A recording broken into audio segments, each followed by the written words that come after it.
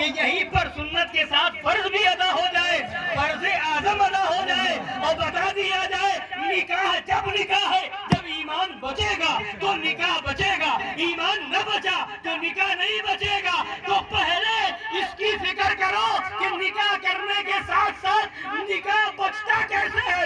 جب تک تم وہابیوں سے بچو گے تمہارا نکاح بچے گا۔ بے شک حق ہے۔ نعرہ تکبیر، نعرہ رسالت، مسلک اعلی حضرت، مشرب شیر سنت۔ نکاح ہو جاتا ہے، پھر اس کے بعد شریعت جس کو جائز کہے اس کا خیال نہیں، شریعت جس کو ناجائز کہے اس کا خیال نہیں، شریعت جس کو حرام بتائے اس کا خیال نہیں، شریعت جس کو گمراہیت بتائے اس کا خیال نہیں، شریعت جس کو کفر بتائے اس کا خیال نہیں۔ جو جس کی سمجھ میں آئے وہ بول دے، وہ زبان سے نکال دے۔ اب بعض موقع پر ایسا ہوتا ہے کہ لوگ اسلام اور شریعت اور دین کو ہلکا سمجھ کر کے ایسی باتیں نکال دیتے ہیں کہ ایمان چلا جاتا ہے، اور جب ایمان چلا گیا تو نکاح چلا گیا، اور جب نکاح چلا گیا تو جو بچہ پیدا ہوا وہ حلالی ہی نہ ہوا، اور جب بچہ حلالی ہی نہ ہوا تو وہ ماں کی قدر کیا کرے گا، وہ باپ کی قدر کیا کرے گا، وہ خاندان کی قدر کیا کرے گا، وہ کیا بتائے گا صحیح کیا ہے غلط کیا ہے۔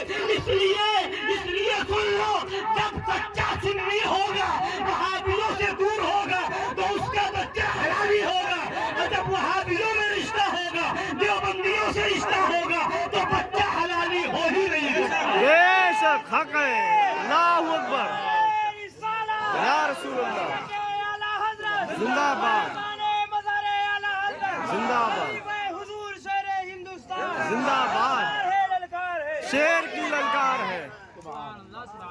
ہم مسلمان ہیں، ہم مسلمان ہیں، ہے نا؟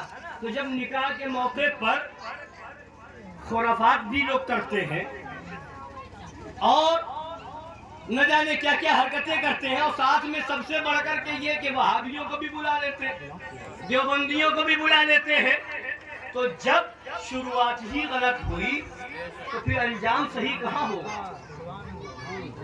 اور انشاءاللہ تعالی جب ایسے طریقے سے شادی کی جائے گی کہ نکاح سنت رسول پر عمل بھی ہوگا اور گستاخ رسول کا بائیکاٹ بھی ہوگا، تو انشاءاللہ اس نکاح کی برکت یہ ہوگی کہ جو بچہ پیدا ہوگا وہ حسینی غلام پیدا ہوگا اور اعلان کرے گا تجھ سے اور جنت سے کیا مطلب، وہابی دور ہو، ہم رسول اللہ کے جنت رسول اللہ۔ بے شک، سبحان اللہ، سبحان اللہ، یا علی یا علی، یا علی یا علی، یا حسن یا حسین، یا حسن یا حسین، زندہ باد، زندہ باد، یا علی یا علی۔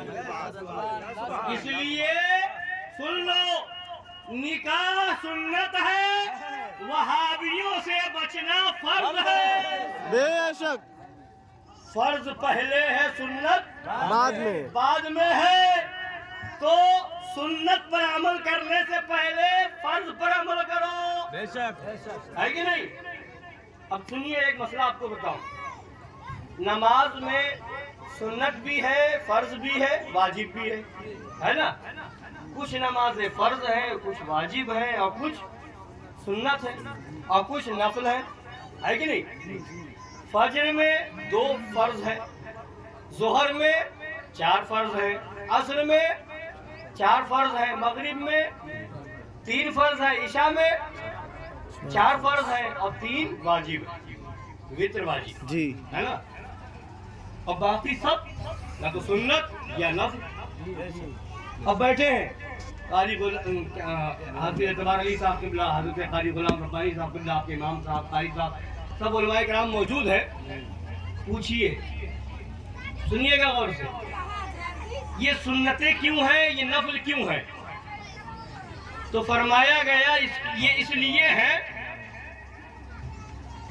لیے ہے کہ فرض ادا کرنے میں، فرض کی ادائیگی میں اگر کہیں کوئی غلطی ہو گئی ہو، ہمیں یاد نہیں، بھول ہو جائے یا کچھ کمی رہ جائے، تو سنت کے پڑھنے سے، نفل کے پڑھنے سے وہ کمی دور ہو جائے گی۔ سبحان اللہ، بے شک وہ کمی دور ہو جائے گی. سنت پڑھنے سے فرض میں کمی ہو گئی ہوگی تو وہ کمی دور ہو جائے گی. نفل پڑھنے سے فرض میں کمی ہو گئی ہوگی تو کمی دور ہو جائے گی. کوئی بے وقوف فرض ہی نہ پڑھے, سنت ہی سنت پڑھے تو پورا فرض چھوڑ کر کے کون سی کمی دور کرے گا. تو فرض سنت اس لیے ہے کہ فرض ادا کرنے کے بعد جب سنت ادا کرو گے کوئی کمی رہ گئی ہوگی تو اس سے دور ہو جائے گی. تو نکاح سنت ہے, وہابیوں سے بچنا فرض ہے. پہلے فرض پہ عمل کرو پھر سنت پہ عمل کیا جائے گا. اور اگر وہابیوں کو بلایا, دیوبندیوں کو بلایا, ان کو دعوت کھلائی, ان کے وہاں گئے تو قسم خدا کی یہ سنت نہیں ہے بلکہ سنت کے نام پہ دھوکہ ہے. بے شک حق ہے. یہ قبول نہیں ہوگا, ہے نا. اس لیے جو پہلے ضروری ہے اس پر عمل پہلے ہو. دعوت بعد میں بانٹو, شادی کارڈ میں پہلے لکھواؤ. وہابی نہیں آئے گا, دیوبندی نہیں آئے گا, غیر مقلد اہل حدیث کہلانے والا خبیث نہیں آئے گا, رافضی نہیں آئے گا, کوئی صلح کلی نہیں آئے گا. یہ آپ اعلان کریں. اور جب یہ پاک صاف ستھری شادی ہوگی تو انشاءاللہ تبارک تعالی اللہ کی طرف سے رحمتوں کا نزول ہوگا, برکتیں نازل ہوں گی. اس لیے اپنا عقیدہ بھی مضبوط رکھو اور اپنا نکاح بھی مضبوط رکھو, ہے نا. اور مضبوط سے پڑھاؤ گے تو مضبوط ہوگا, بے شک ہے نا. اور جب پڑھانے والا ہی پلپلا ہو جو وہابی کا بھی پڑھا دے, دیوبندی کا بھی پڑھا دے, پھر یہاں سنیوں میں بھی پڑھا دے, تو ایسے مولویوں سے بھی بچو. اس لیے کہ اگر کوئی مولوی دیوبندی کا نکاح پڑھائے گا, جائز سمجھ کے پڑھائے گا, تو سنو اس کا خود نکاح چلا گیا. بے شک پڑھانے والے مولوی کا نکاح خود ختم ہو گیا. اس کی بیوی نہ رہی, پھر بھی اگر وہ رکھے ہوئے ہے تو وہ زناکار ہے. تو پھر ایسوں کو بلا کر کے نکاح نہ پڑھاؤ, پہلے جانچ لو سچے طریقے سے اعلیٰ حضرت والا ہے کہ نہیں ہے, غریب نواز والا ہے کہ نہیں ہے, غوث اعظم والا ہے کہ نہیں ہے, امام حسین والا ہے کہ نہیں. اگر سچا حسینی ہے تو وہ ہمارا امام بھی بنے گا اور ہمارے وہاں نکاح بھی پڑھائے گا. اس لیے اپنا عقیدہ مضبوط رکھو, ہے نا. حسینی ہے تو حسینی بن کے رہیں گے. تو یہ مسئلہ یاد رکھیے, وہابیوں سے بچنا, دیوبندیوں سے بچنا فرض ہے. اس لیے کہ اگر گناہ تو اور بھی گناہ کے کام ہوتے ہیں نا, داڑھی مڈانا بھی گناہ کا کام ہے, نماز چھوڑنا بھی گناہ کا کام ہے, شراب پینا بھی گناہ کا کام ہے, جوا کھیلنا بھی گناہ کا کام ہے. مگر یہ گناہ تو ہے, مگر یہ وہ گناہ نہیں کہ جس کی وجہ سے ایمان چلا جائے. مگر وہابیوں کے ساتھ بیٹھنا, دیوبندیوں کے ساتھ بیٹھنا, یہ وہ گناہ ہے کہ ایمان بھی چلا جائے گا, تمہارا عقیدہ بھی خراب ہو جائے گا اور پتہ بھی نہیں چلے گا. اس لیے ایمان بچانے کی فکر کرو, اس لیے کہ بخشش کل قیامت کے دن نہ داڑھی کی بنیاد پر ہوگی, نہ نماز کی بنیاد پر ہوگی. بخشش صرف اور صرف عشق رسول کی بنیاد پر ہوگی. بے شک حق ہے. صرف نبی کی محبت کی بنیاد پر بخشش ہوگی. سچے عاشق رسول بنو. ایمان کیا ہے, ایمان کیا ہے, بس مختصر سی بات سن لیجئے اور اس کے بعد اپنی بات مکمل کروں. سنیے, ایمان کیا ہے. ہر کوئی دعویٰ کرتا ہے ہم ایمان والے ہیں, ہم ایمان والے ہیں, ہم پکے مسلمان ہیں. ہر کوئی دعویٰ کر لیتا نہیں کر لیتا ہے. مگر قرآن پاک کیا کہہ رہا ہے, اعوذ باللہ من الشیطان الرجیم, بسم اللہ الرحمن الرحیم, الف لام میم, احسب الناس ان يتركوا ان يقولوا آمنا وهم لا يفتنون. کیا لوگ اس گھمنڈ میں ہیں کہ اتنا کہہ لینے پر چھوڑ دیے جائیں گے کہ ہم ایمان لے آئے اور بخشش اور آزمائش نہ ہوگی. ابھی اجازت نہیں ہے, سن لیجیے, اجازت بھی جب تک آ جائے جب تک آپ سنتے رہیے. تو اللہ تعالیٰ کا ارشاد سنا رہا ہوں. کیا فرما رہا اللہ تبارک تعالیٰ, کیا لوگ, مفہوم آیت کریمہ, کیا لوگ اس گھمنڈ میں ہیں کہ اتنا کہہ لینے پر چھوڑ دیے جائیں گے کہ ہم ایمان لے آئے, ہم مسلمان ہو گئے اور آزمائش نہیں ہوگی. یعنی قرآن کہہ رہا ہے صرف اتنا کہہ دینے سے چھٹکارا نہیں ملے گا, کہ ہم ایمان لے آئے ہم مسلمان ہو گئے، نہیں، فرماتا ہے آزمائش ہوگی، تمہیں آزمایا جائے گا، اگر آزمائش میں پورے نکلے تب مسلمان ٹھہرو گے، تب مومن کہلائے جاؤ گے۔ صرف دعویٰ کر لینا ہم مسلمان ہیں، ہم مسلمان ہیں، ہم ایمان والے، یہ صرف دعویٰ کام نہ آئے گا، آزمائش ہوگی۔ اب اعلیٰ حضرت نے کیا پیارے انداز میں سمجھایا ہے، کہیے سبحان اللہ۔ سبحان اللہ۔ سمجھا دوں آزمائش کیسے ہوگی؟ فرماتے ہیں آزمائش میں، کسی چیز کی آزمائش میں یہی دیکھا جاتا ہے کہ جو چیزیں اس کے حقیقی اور واقعی ہونے کو ضروری ہیں وہ اس میں ہے یا نہیں۔ اگر وہ چیزیں ہیں تب کہا جائے گا وہ چیز ہے، اور اگر نہیں ہے تو کہہ دیا جائے گا نہیں۔ مثال کے طور پر آپ نے کہا چائے لے آؤ، آپ نے کیا کہا؟ چائے لے آؤ۔ اب یہ کوئی لا کر کے ایک گلاس پانی لے، اس میں شکر ڈال دے، اس میں چائے پتی ڈال دے، اسی میں دودھ بھی ملا دے اور لا کر کے آپ کو دے دے کہ لیجئے چائے پیجئے، تو کیا آپ کہیں گے کہ ہاں یہ چائے ہے؟ بولیے، کہیں گے چائے؟ نہیں، نہیں کہیں گے۔ آپ کہیں گے چائے ہے ہی نہیں، چائے ہے ہی نہیں۔ تو اب کیسے چائے نہیں ہے؟ تو اب اعلیٰ حضرت سرکار نے جو فرمایا ہے کہ کسی چیز کو اب وہ کہے قسم کھائے نہیں چائے ہے، دو چار لوگوں کو اپنے مطلب کا اور تیار کر دے، بتاؤ چائے ہے، تو کہے گا ہاں چائے ہے، تو آپ مان لیں گے؟ 10 لوگ کہہ دیں چائے ہے تو مانیں گے؟ نہیں مانیں گے۔ دودھ بھی ہو، شکر بھی ہو، چائے پتی بھی ہو، مگر ساتھ میں اس کو آگ پر کھولایا بھی گیا ہو، ہے کہ نہیں؟ تب اگر کھولایا نہ گیا، چائے پتی ڈال دی، شکر ڈال دیا اس کے اندر اور دودھ ملا دیا، تب اس کو چائے کوئی کہے تو آپ مانیں گے؟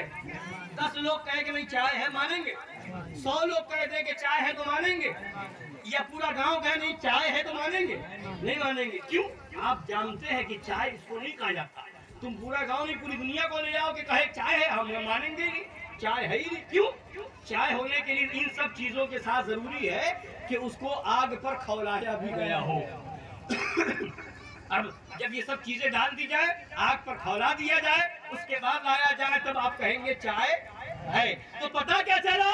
چائے ہونے کے لیے شکر ہونا ضروری، چائے ہونے کے لیے دودھ ہونا ضروری، چائے ہونے کے لیے اس میں چائے پتی کا ہونا ضروری، اور ساتھ میں اس کا آگ پر کھولایا جانا بھی ضروری، تب یہ چائے ہے نا؟ اور اس کے بغیر چائے۔ تو اسی طریقے سے ہر چیز میں جس چیز کے لیے جو چیز ضروری ہے اگر وہ چیز پائی جائے گی تو اس کو مانا جائے گا، اگر وہ چیز اس میں نہیں ہے تو وہ نہیں مانا جائے گا۔ تو اسی طریقے سے ایمان بھی ہے، ہم کہتے ہیں ہم ایمان والے ہیں تو مان لیا جائے گا نہیں، لوگ کہتے ہیں ہم ایمان والے مان لیا جائے گا نہیں۔ اعلیٰ حضرت سے پوچھو، فرماتے ہیں قرآن و حدیث نے فیصلہ کر دیا ایمان 2 چیزوں کا نام ہے۔ ایمان اگر وہ 2 چیزیں ہیں تو ایمان ہے، اور اگر وہ 2 چیزوں نہیں ہیں، 2 میں سے ایک بھی نہیں تو ایمان بھی نہیں۔ سمجھ رہے نا؟ اب وہ 2 چیزیں کیا ہے سنیں گے؟ بولیے، سننا چاہتے ہیں؟ ایمان سمجھیے ایمان کیا ہے۔ آج تقریریں ہو رہی ہیں، جمعہ میں مسجد میں مولوی صاحب بیان کر رہے ہیں، امام صاحب بیان کر رہے ہیں، جلسے بھی ہو رہے ہیں، جلوس بھی ہو رہے ہیں، ساری چیزیں ہو رہی ہیں، یہ کرو یہ کرو یہ کرو، داڑھی رکھنا ضروری ہے، ماں باپ کی خدمت ضروری ہے، پڑوسی کا حق ضروری ہے، اور ایسا ضروری ہے ویسا ضروری ہے، مگر یہ سب ضروری کب ہے؟ ایمان کے بعد ہے۔ ہاں بے شک، ایمان پہلے سمجھو، ایمان ہی نہیں سمجھا اور پھر سب کچھ بتاتے رہو، کوئی مطلب نہیں۔ ایمان کے لیے 2 چیزیں ضروری، کتنی؟ 2 سے بولیے، یاد رکھیں گے؟ کتنے لوگ یاد رکھیں گے؟ نہیں یاد رکھیں گے؟ یاد رکھیں گے نا؟ سب لوگ انشاءاللہ یاد رکھیں گے، ہے نا؟ تو اب سنیے، اعلیٰ حضرت فرماتے ہیں ایمان کے حقیقی واقعی ہونے کے لیے 2 چیزیں ضروری ہیں۔ ایک، رسول پاک صلی اللہ تعالی علیہ وآلہ وسلم کی سچی تعظیم، نبی کی سچی تعظیم، نبی کی سچی تعظیم ایک چیز، اور دوسری چیز نبی کی محبت سب سے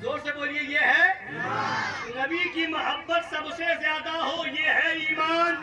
اگر کوئی وہابی کو بلا لے، باپ کے دشمن کو نہ بلائے، دیوبندی کو بلا لے، ماں کے دشمن کو نہ بلائے، کوئی وہابی دیوبندی کو بلا لے اور اپنے دشمن کو نہ بلائے، تو اس کا مطلب یہ ہے اس کے دل میں اس کی اپنی محبت زیادہ ہے، ماں باپ کی محبت زیادہ ہے، نبی کی محبت کم ہو گئی۔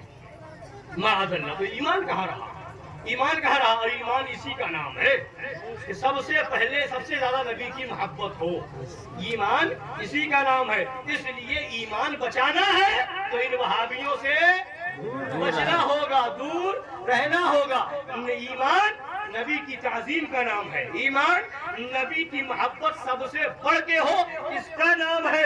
اس لیے اپنا عقیدہ مضبوط رکھو، ہم سب کچھ گوارا کر لیں گے مگر نبی کی گستاخی اور نبی کی توہین گوارا نہیں کریں گے، یہ ہے ایمان۔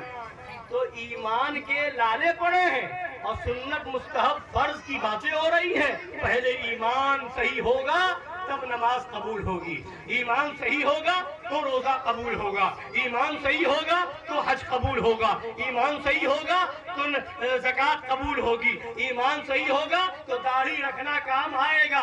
اور اگر ایمان ہے تو یہ داڑھی سنت رسول ہے، اور اگر ایمان نہیں ہے تو پھر یہ داڑھی بھی نہیں ہے۔ سمجھ رہے ہیں؟ ایک بزرگ ہے وصال سے پہلے، انتقال سے پہلے کسی عورت نے، بوڑھی عورت نے پوچھا، غالباً حضرت بایزید بسطامی رضی اللہ تعالیٰ عنہ ہے، پوچھا کہ اے اللہ کے ولی، آپ کی داڑھی بہتر ہے کہ میری بکری کی پونچھ بہتر ہے؟ سمجھ رہے ہیں؟ ہم اور آپ ہوتے تو غصے میں کیسی بات کر رہی، کہاں داڑھی کہاں بکری کی پونچھ، ہے نا؟ اسے اب انہوں نے فرمایا کہ اس سوال کا جواب بعد میں دیا جائے گا، جب وقت آئے گا تب جواب دیا جائے گا۔ اب انتظار ہو رہا ہے۔ وہ وقت آیا کہ حضرت بایزید بسطامی رضی اللہ تعالی عنہ کا وصال ہو گیا، انتقال ہو گیا، جنازہ شریف تیار ہوا، جنازہ لے جایا جا رہا ہے۔ اب وہ عورت دروازے پہ بیٹھی تھی، پوچھا کس کا جنازہ ہے؟ کہا حضرت بایزید بسطامی رضی اللہ تعالی عنہ کا جنازہ ہے۔ تو کہا اتنے بڑے ولی تھے اور میرے ایک سوال کا جواب نہیں دیا، دنیا سے چلے گئے۔ میرا سوال تھا کہ آپ کی داڑھی بہتر یا میری بکری کی پونچھ بہتر، اور انہوں نے کہا تھا جب وقت آئے گا تو دیا جائے گا جواب، اور چلے گئے دنیا سے، جواب نہ دیا۔ جنازہ چل رہا تھا، حضرت بایزید بسطامی اٹھ کے بیٹھ گئے۔ سبحان اللہ۔ ارے وہابیوں دیوبندیوں، اللہ کے ولیوں کو دیکھ لو، توبہ نصیب ہو جائے گی۔ اپنی کتاب میں لکھتے ہو نبی مر کر مٹی میں مل گئے، اور نبی کی شان تو بہت بلند ہے، جو نبی والا سچا عاشق ہو جاتا ہے، اللہ کا وہ ولی بھی ایسا زندہ ہوتا ہے کہ قبر میں لیٹ کے زندگی دیتا ہوا نظر آتا ہے۔ اعلیٰ حضرت فرماتے ہیں تو زندہ ہے واللہ، تو زندہ ہے واللہ، میری چشم عادت سے چھپ جانے والے۔ تو اب اٹھ کے بیٹھ گئے حضرت بایزید بسطامی رضی اللہ تعالیٰ عنہ اور فرماتے ہیں اے بڑھیا، تیرا سوال یہ تھا کہ تیری بکری کی پونچھ بہتر یا میری داڑھی؟ فرمایا سن، میں اسی کا انتظار کر رہا تھا کہ میری موت ایمان پر ہو۔ سبحان اللہ، سبحان اللہ، ایمان پر دنیا سے جا رہا ہوں، میری داڑھی تیری بکری کی پونچھ سے بہتر ہے۔ اور اگر ایمان نہ بچتا، جس کا ایمان نہ بچے، ایمان چلا جائے پھر داڑھی رکھ لے، تو اس کی داڑھی سے بکری کی پونچھ بہتر ہے۔ اے وہابیوں، داڑھی چاہے جتنی لمبی رکھ لو،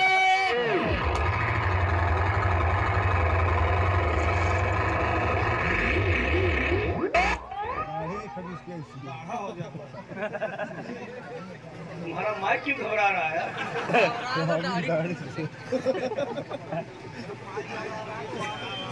تو داڑھی وہابی چاہے جتنی لمبی رکھ لے، اعلان کرنا سنیو، کہنا اس کی داڑھی سے میری بکری کی پونچھ بہتر ہے۔ ایمان نہیں ہے تو داڑھی بھی کسی کام کی نہیں ہے، ایمان نہیں ہے تو نماز بھی کسی کام کی نہیں ہے، ایمان نہیں ہے تو روزہ بھی کسی کام کا نہیں۔ اسی لیے میں نے کہا نمازی بعد میں بنو، عاشق رسول پہلے بنو۔ سبحان اللہ۔ حاجی بعد میں بنو، عاشق رسول پہلے بنو۔ یہ یاد رکھو، سب بعد میں ہے، عشق رسول پہلے ہے۔ نبی کی تعظیم ہے تو ایمان ہے، نبی کی محبت سب سے بڑھ کر ہے تو ایمان ہے۔ یہ دو چیزیں ہیں تو ایمان ہے۔ اب اسی میں جانچتے رہنا کہ اگر ہمارا دشمن ہوتا تو ہم بلاتے کہ نہ بلاتے، نہیں بلاتے تو اس سے بڑھ کر کے نبی کا دشمن ہے تو پہلے اس کو بھگاؤ۔ اب جانچتے رہنا، دل میں دشمن کے تعلق سے نفرت ہوتی کہ نہیں ہوتی ہے؟ باپ کو گالی دے گا، آپ کے دل میں نفرت ہوگی کہ نہیں؟ بولیے۔ ماں کو گالی دے گا، نفرت ہوگی کہ نہیں ہوگی؟ آپ کو برا کہے گا، ذلیل کرے گا، نفرت ہوگی کہ نہیں ہوگی؟ آپ کی زمین ہڑپ کر لے، نفرت ہوگی کہ نہیں ہوگی؟ کیوں ہوگی؟ گالی دی ہے اس لیے نفرت ہے، ماں کو برا کہا اس لیے نفرت، باپ کو غلط کہا، گالی دی اس لیے نفرت، تو ان سے نفرت ہے۔ تو اب یہ یاد رکھنا، ہمارے باپ اور ماں کو گالی دینے والے کے لیے ہے، اس سے کہیں زیادہ نفرت نبی کے گستاخ وہابیوں دیوبندیوں کے لیے ہونا چاہیے۔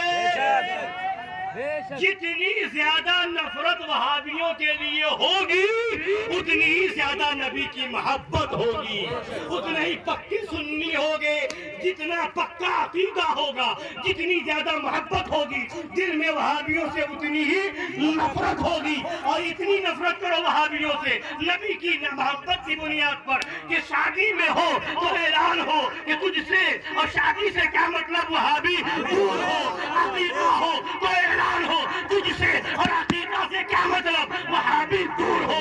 اگر خطرہ ہو تو کہو تجھ سے اور ہمارے وہاں خطرہ سے کیا مطلب وہابی دور ہو، تجھ سے اور ہماری محفل سے کیا مطلب وہابی دور ہو، تجھ سے اور ہمارے گھر سے کیا مطلب وہابی دور ہو، تجھ سے اور ہمارے محلے سے کیا مطلب وہابی دور ہو، تجھ سے اور جنت سے کیا مطلب وہابی دور ہو۔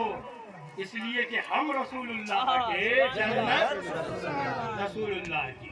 اب اگر آپ کہیں تو فتویٰ سنا دے اعلیٰ حضرت کا، سنا دے، ٹائم زیادہ تو نہیں ہو رہا ہے؟ اب لوگ کہتے ہیں یہ آتے ہیں اپنی طرف سے کہہ کے جاتے ہیں، ہے نا؟ بہت سے مولوی ہیں اعلیٰ حضرت خوب کرتے ہیں، مسلک اعلیٰ حضرت خوب کرتے ہیں، ہے نا؟